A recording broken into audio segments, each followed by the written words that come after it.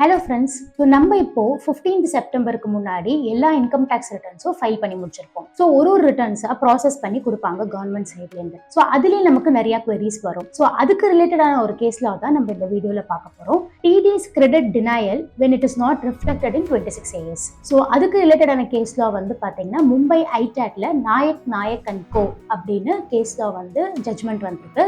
இது வந்து இந்த ஜட்மெண்ட் எப்படி ப்ரூவ் பண்ணியிருக்காங்க, என்ன மாதிரி ரூலிங் கொடுத்துருக்காங்க அப்படின்றத வீடியோ போய் பார்க்கலாம். Welcome to RP's Tax Info. So இந்த கேஸ் பார்த்தீங்கன்னா ஃபேக்ட்ஸ் ஆஃப் த கேஸ் வந்து அசசி வந்து ஒரு லா ஃபார்ம். ஸோ அவங்க வந்து TDS கிளைம் பண்ணியிருக்காங்க அரௌண்ட் 96 lakhs. TDS கிளைம் பண்ணியிருக்காங்க even without it is being reflected in 26 AS. So நம்ம ஜென்ரலி எப்படி இன்கம் டேக்ஸ் ரிட்டர்ன் ஃபைல் பண்ணுவோம், நம்ம 26 ASல என்ன இன்கம் வந்திருக்கு, அதுல என்ன TDS வந்திருக்கு அப்படின்றத பார்த்துட்டு அதை தான் நம்ம வந்து இன்கம் டேக்ஸ் ரிட்டர்ன்ல ஃபைல் பண்ணுவோம். அசசி லா ஃபார்ம் என்ன பண்ணியிருக்காங்கன்னா அவங்களுக்கு பிடிச்ச TDS அமௌண்ட்டை வந்து அவங்க கிளைம் பண்ணி ஃபைல் பண்ணியிருக்காங்க even if it was not reflected in 26 AS. So 26 AS அந்த கிரெடிட்டே வராம அவங்க எடுத்து ஃபைல் பண்ணிட்டாங்க. பட் CPC ப்ராசஸ் பண்ணுவாங்க இல்லையா ரிட்டர்ன். ஸோ செக்ஷன் 143(1) படி ரிட்டர்ன் ப்ராசஸ் பண்ணும்போது 26 ASல வரல அப்படின்னு சொல்லிட்டு அந்த என்டையர் TDS அமௌண்ட்டுமே டிஸ்அலோவ் பண்ணிட்டாங்க. ஸோ அசசி என்ன பண்ணியிருக்காங்க, ஃபர்தரா அப்பீல் போய் அது ஐடாட்ல போய் நின்று இருக்கு. ஸோ ஐடாட் வந்து என்ன மாதிரி லீகல் பிரின்சிபல்ஸ்லாம் இதுல கோட் பண்ணி அசசிக்கு ஃபேவரா ஜட்மெண்ட் கொடுத்துருக்காங்கன்னு பார்க்கலாம்.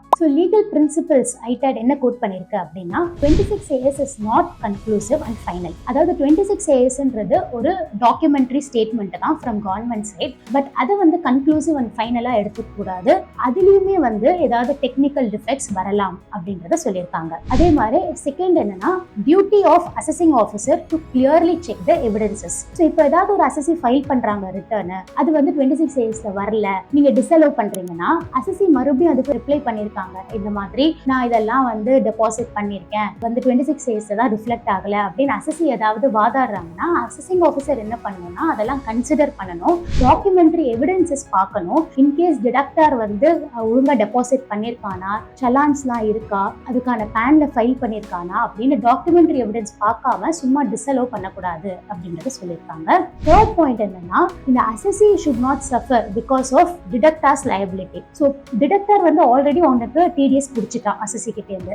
பிடிச்சதுனால மறுபடியும் அசசியால again he cannot pay a double tax. So already டிடக்டரும் TDS பிடிச்சிட்டான், மறுபடியும் நான் எப்படி டாக்ஸ் கட்ட முடியும் 26 ASல ரிஃப்ளெக்ட் ஆகாததுனால. So it is a default from the side of the deductor. So நம்ம டிடக்டரை தான் क्वेश्चन பண்ணுமே தவிர இந்த கேஸ்ல அசசி ஒரு டிடக்டியை வந்து நம்ம क्वेश्चन பண்ணக்கூடாது அப்படின்னு சொல்றாங்க. ஃபோர்த் பாயிண்ட் என்னன்னா சப்ஸ்டன்ஸ் ஓவர் டெக்னிகாலிட்டிஸ். ஸோ இந்த மெயின் சப்ஸ்டன்ஸ் பாத்தீங்கன்னா already TDS has been deducted, அதுக்கு பே பண்ண டெபாசிட் பண்ண சலான் எல்லாமே அசசி கொடுக்குறாங்க. ஸோ அப்போ டெக்னிக்கல் எரர் அதாவது 26 ASல ரிஃப்ளெக்ட் ஆகாததுனால this should not be disallowed அப்படின்ற மாதிரி ஐடாட் ப்ரூவ் பண்ணிட்டாங்க. ஸோ இந்த கேஸ் நாயக் அண்ட் நாயக்கோ வந்து the decision has been given in support of அசசி. அவங்க என்ன சொல்லிட்டாங்கன்னா merely because it is not reflected in 26 AS this TDS credit cannot be disallowed. So again assessing ஆஃபீஸரை வந்து இதை ரீஓபன் பண்ணி டாக்குமெண்ட்ரி எவிடன்ஸ் ப்ராப்பர் எவிடன்சஸ் எல்லாம் செக் பண்ணிட்டு அசசிக்கு இந்த கிரெடிட்டை அலோவ் பண்ணணும் அப்படின்ட்டு ஐடாட் அசசிக்கு ஃபேவரபிளா